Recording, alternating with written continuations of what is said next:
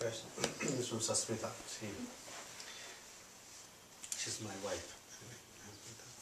She's also a sadhaka, but she's not here. Her question is,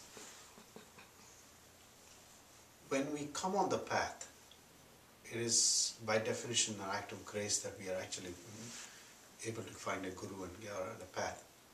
Now, if that is the case, and the fact that grace has already happened, and a guru is, you find a guru and you're taken onto the path, why is it that some people actually leave? How is it possible that, once you already had the grace and you've taken on the path, the guru will never, when you do path, you should never be able to get off the path. So how is it that in our ashram, why is that people leave? It pains very much to see that once we have the grace, how can anybody leave?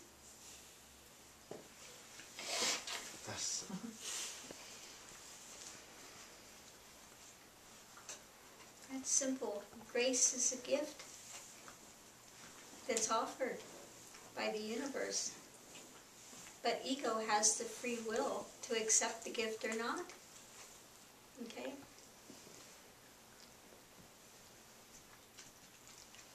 That's how they can leave. Grace is not that you have to do this, that you're forced to remain. It's an opportunity. Okay?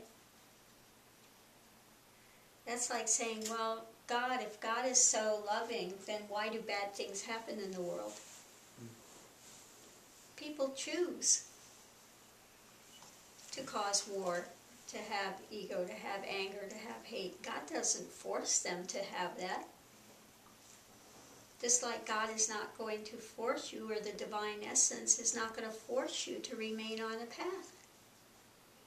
It's an opportunity. That's why it's called grace. Okay? But ego can raise its head at any time and want to take back its throne.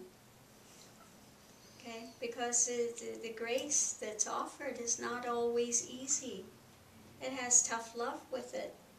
Just like that situation with your brother-in-law has tough things, the path also brings tough things to navigate. And some people don't want to look at themselves. They don't want to go deeper. They don't want to have anything touched. Some people come and they're looking for a path and looking for a guru with what they say, and they get that grace. But really that's not what they're looking for. They're looking for a Santa Claus. They're looking for a way to be able to manipulate God. I'm looking for a way that I can control my existence and get what I want. So it's very ego-based. So when they come in and it's an ego-based desire, that ego is not going to fully surrender and allow all that grace to come forward. Okay? So then they blow out. They may go for a time and then you touch a button. Something they don't want to hear, and they become very reactionary. It'll go along as fine as long as it's not touching any of my inherent belief systems. But don't cross any of my belief systems lines. Don't challenge those. Okay? So yeah, the path is a path of freedom. One always has freedom. The freedom to stay or the freedom to go.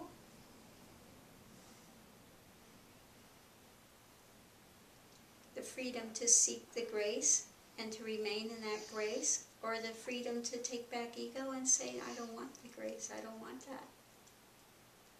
I want my life. Grace is a path of surrendering. Okay? But you can't force anyone to surrender. Okay? We can't force anyone to accept teachings. We can't force anyone to recognize that their life is suffering. They can be in absolute denial of it. The first first step is to understand that you're suffering. Okay? But a lot of people are very much in denial about the truth of suffering. Okay?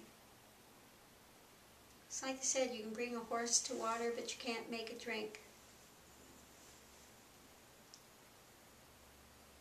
And you can say you want a guru and you want a path and you get the opportunity for it. That grace is set up, but maybe really you're not ready for it. You don't truly want it. So you can turn your back on it.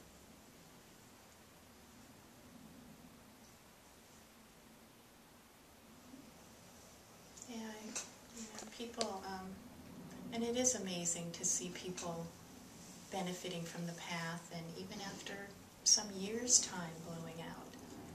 And, it could be the first day, it can be we've seen it after a few years, and obvious the path has been beneficial to their life and relationships, and, something just hits them. They just want to grab back onto that safe world they're used to. And I think a big piece of it is that people have a certain view of what compassion is. And they think it's going to be this warm, fuzzy, love, kind of feeling. That concept gets blown out on this path because it's more of a in-your-face, challenge and that kind of thing is not what they feel compassion is. In their head they've read books and, more the Buddhist version of we sit around and, it's just warm and gentle and, and there's all of the compassion is just the tough love is to challenge and have things in your face so that you can actually see through it and move forward. It's not to hold duality in place. So that's a big piece of it too, is the, what they find on this path is just so straightforward and direct that it just is too much for them.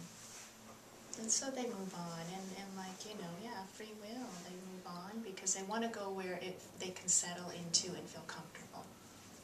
And this path, what the purpose is to cause ego to feel uncomfortable. And they want to go where they can just, relax and be in that settled place where, not move out of it, many of them. And that's fine. So this path isn't for them, and they move on, and that's okay.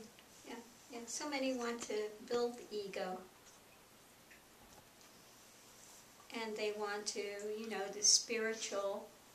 do the spiritual thing where they can be the hand of God and they can, go doership and all of that, which is all very ego-centered in one way. We're not saying egotistical, but their ideas about how I'm going to go serve the world, they're not ready to let go of ego. I want to be in partnership with God, but they're not ready to give up the me that's in partnership with. I want to keep the me, and I want to be able to access God, and we can have a partnership together in oneness. And this path is something totally different. There is no partnership with God because there is no me that remains. And that's very threatening to people. Well, if I lose the me, that's my individuality, that's my precious, my preciousness.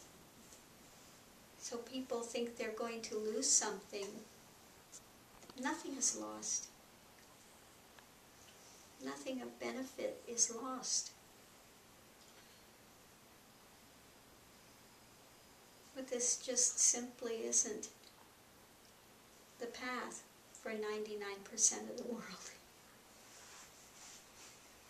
Not to say that there's something wrong or something bad about the other paths and modalities. That's not what it means. It just means that most are not ready, nor do they seek